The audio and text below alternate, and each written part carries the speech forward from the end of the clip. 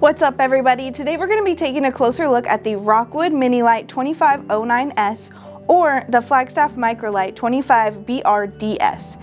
If you have either one of these campers or looking to purchase one, this video is going to be for you. We're going to have tons of information, walk you through the camper, so grab your popcorn and let's get started. But before we get into the video, I want to show you something super cool that we're introducing for the 2024 model season. This is your Millersburg made binder. This binder is chock full of information that you're going to need to operate your camper. You have your owner's manual in the front here. You have frequent asked questions. You have information about FROG, which if you don't know about FROG, stands for Forest Rivers Owners Group. We have a rally here in the fall, and you can meet people that have the same camper as you, eat great food, make lots of friends. So you should check out FROG for sure. You have points of contact, warranty information. There's a We RV sticker. So if you have a 2024 Rockwood or Flagstaff, check out this bad boy. You are gonna need it. All right, I'm done rambling. Let's get into the video and start learning. Entering the trailer, the first thing that you notice to your left is your fire extinguisher, control panel, and solar controller. The control panel is where you can control most of the functions of your RV and monitor your tank levels. As you can see, you will be able to tell if your tanks are full, 2/3 full, 1/3 full, or empty based on which capacity your monitor panel is showing. To the right of the tank levels, you also have a battery monitoring function where you can see if your battery is fully charged, in good standing, fair standing, or a low state of charge. Under the tank and battery levels, you will see a button for your awning light, exterior step light, interior lights, and your bedroom lights. You will also be able to turn individual lights on and off by pressing the center button located in the middle of each light cap. The button labeled Connect with the Bluetooth symbol is for connecting your smartphone to the control panel. If you download the We RV app, you will be able to monitor every control on your control panel from your phone. There are two options for your water heater. The first button with the flame on it is to run your water heater off of gas, and the second that says electric is to run your water heater off of electric. The next button over is your water pump on and off button, and the next one is your tank heater. This is to turn on your thermostatically controlled heat pads that are located on your fresh, gray, and black tanks. Remember to only turn on your tank heaters when you think you will need them. If you don't think it'll be cold enough, please keep the button off. The last few buttons at the bottom of the control panel are to retract and extend your awning, as well as open and close your living room slide. Your solar controller regulates the energy coming in through your solar panels for your battery. For the solar panels to charge your battery, you want to make sure that your solar controller is configured for the specific battery setup you have. In the front of the trailer is your Murphy bed. You will find a setup instructional guide hanging on your Murphy bed. Looking down under the nightstand on the off-door side, you see your inverter on and off switch. Your inverter itself is located under the nightstand itself in the cabinet. Across from your kitchen is your U-shaped dinette. The table base for this dinette will collapse down to make a platform for rearranging the cushions to make it into an additional bed. Behind your U-shaped dinette, you can locate the exit window for emergency purposes. On your door side across from the slide is your kitchen. You have a 3-burner cooktop, 22-inch oven with a knife block for storing your knives.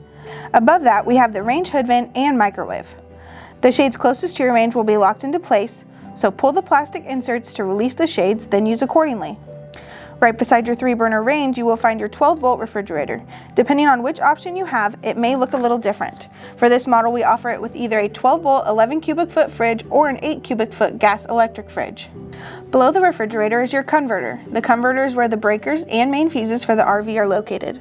The converter changes your campground's power from 12 volt so that you can utilize all the 12-volt items in your RV. The main 12-volt fuses for the trailer are located here in the converter as well. When we check these fuses, keep in mind that the red light next to the fuse will only light up if the fuse is blown and there is something trying to use that power for that electrical line. If you lose power to your outlets, this would be the next place to check for a blown breaker after checking the GFCI. Next, we have your 12-volt smart TV. The TV is mounted to a swivel bracket, and if we pull the TV away from the wall, we can see the connections and wall plates behind it. The one wall plate with 2 connections has a satellite port that has a direct line from this connection to the satellite port on the rear outside wall. The bottom port connects this TV to the rooftop antenna and cable service if hooked up at that location. The button on this wall plate is to turn the antenna signal booster on or off. The outlets at the entertainment center can be powered through your inverter if you are camping without being hooked up to shore power. Just make sure that your inverter is on. The TV and the outlet in the bedroom can both be powered by the inverter if need be. On the wall between the bathroom and your slide out, you can find your thermostat. This thermostat controls your AC and your furnace with an easy adjustable display. Next, we move on to the bathroom. In the ceiling, we have the vent fan to help keep your bathroom smelling fresh. The crank knob for the fan does lock the lid into place, so to unlock it, you will need to pull this black handle down first before opening or closing the lid. Once you have the lid where you want it, you can lock it into place by pushing this handle up. The speed and off buttons for the fan are in the corner next to the lid knob.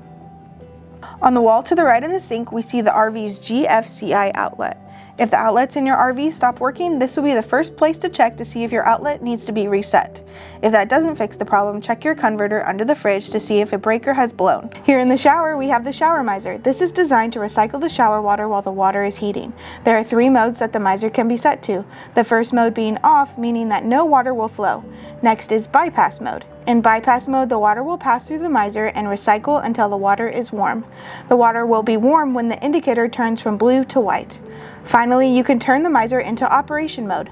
This will stop recycling the water through the shower miser and let the water flow from the shower head as normal. But please keep in mind that using this feature is directing the water to your fresh tank. If you are connected to a city water connection and using the shower miser, you'll be filling your fresh tank. We strongly suggest only using the miser when you are dry camping and need to conserve water. Besides your bathroom, in the back of this camper, you will find a double over double bunkhouse setup. The bottom bunk can swing up and latch to allow for additional storage. You will also have a rear access door for the storage compartment. This trailer is utilizing a key-to-lock system where the same key to unlock your entry door is used to unlock your storage compartments. The entry door is on a friction hinge but can also be locked into an open position using our locking mechanism behind the door. To put your entry steps away, all you need to do is lift them into the traveling and lock position. When you shut your entry door, these steps will secure into a stable position. On the very front of the trailer, we have the tongue jack, battery disconnect switch, LP tanks, and LP tank regulator. The LP regulator has a changeover lever on top to control which LP tank is primary and secondary. The regulator has an indicator that will turn red once the primary tank is empty. The regulator will automatically switch to pull gas from the secondary tank. When you are ready to remove the LP tank to have it filled, make sure to change your regulator over so that the empty tank is set as the secondary tank so that you can remove it safely without losing your supply of LP. The battery disconnect switch is located here on the side of the frame. The battery disconnect switch should be on when you are using the RV, but when you are storing the RV, we recommend that you switch it off. The reason for that is, when it is turned off, it will disconnect power from the main part of the RV to your battery so that your battery is not being drained while not in use. It does not cut the power from the RV's solar system so that they can charge and maintain your battery while the RV is being stored. Moving around to the off-door side, we have your switch for the front docking light. We know that sometimes you have to hook or unhook the RV from your tow vehicle while it is dark, so we put an LED light on the front cap to illuminate the front tongue area. Above and in between your storage compartments is your gravity fresh tank fill port. Inside the pass-through storage, you can locate your inverter attached to the front wall. The inverter works the opposite of the converter, changing your 12-volt battery to alternating current. This powers your TV and some of your RV's outlets. The outlets that are powered by your inverter are marked as such with an inverter-powered sticker. Underneath your pass-through storage, you will find your freshwater drain. Also on this door side, behind the slide, you will find your 30-amp shore power inlet, your city water, antifreeze, and black tank flush inlet, as well as your cable and satellite hookups. Moving around to the rear wall, you see at the top we have housing to add a backup or observation camera to your RV. The power to that camera plug is tied into the clearance lights next to it, so if your clearance lights are not on, then you do not have power for the camera plug. The ladder here is rated for 250 pounds, so that you have access to your RV's roof to wash and keep it clean.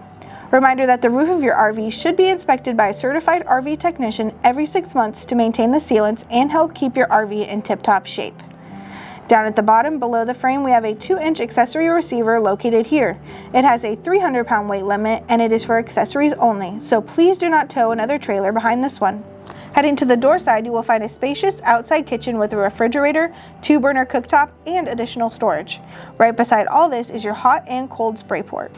If you have the optional power stabilizing jacks, you will find an extend and retract switch at the rear of this front door side. To the right of the kitchen, you will see your brackets for your exterior table and griddle. There will be an LP Quick Connect nearby, just find the sticker labeled LP Connections. Above your TV bracket, you find your exterior speakers with the exterior range hood vent above the window. There is a door inlet vent that is clipped shut, so make sure that you release those clips here on the outside so that it can vent properly. Under the brackets for the table and griddle, you can locate your furnace vent and coax connection with an exterior outlet as well. This coax connection ties into the RV's rooftop antenna and cable lines if you are connected. Just make sure to keep the area clear around the furnace as the air coming out is very hot. Opening this water heater door will give us access to the anode rod. One thing to keep in mind with the water heater is that the anode rod is designed to protect the water heater tank by absorbing the corrosive action of hot water so that it takes on the corrosion and not the tank. As a result, the anode rod will show wear and tear over time, and it is recommended to replace the anode rod yearly. Your water heater has both an electric and gas heating element that are turned on and off at the control panel.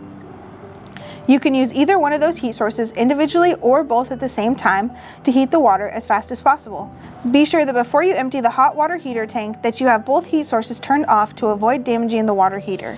Looking down, we see the tires. We built your RV with a tire pressure monitoring system so that you can watch the tire pressure and temperature from your tow vehicle.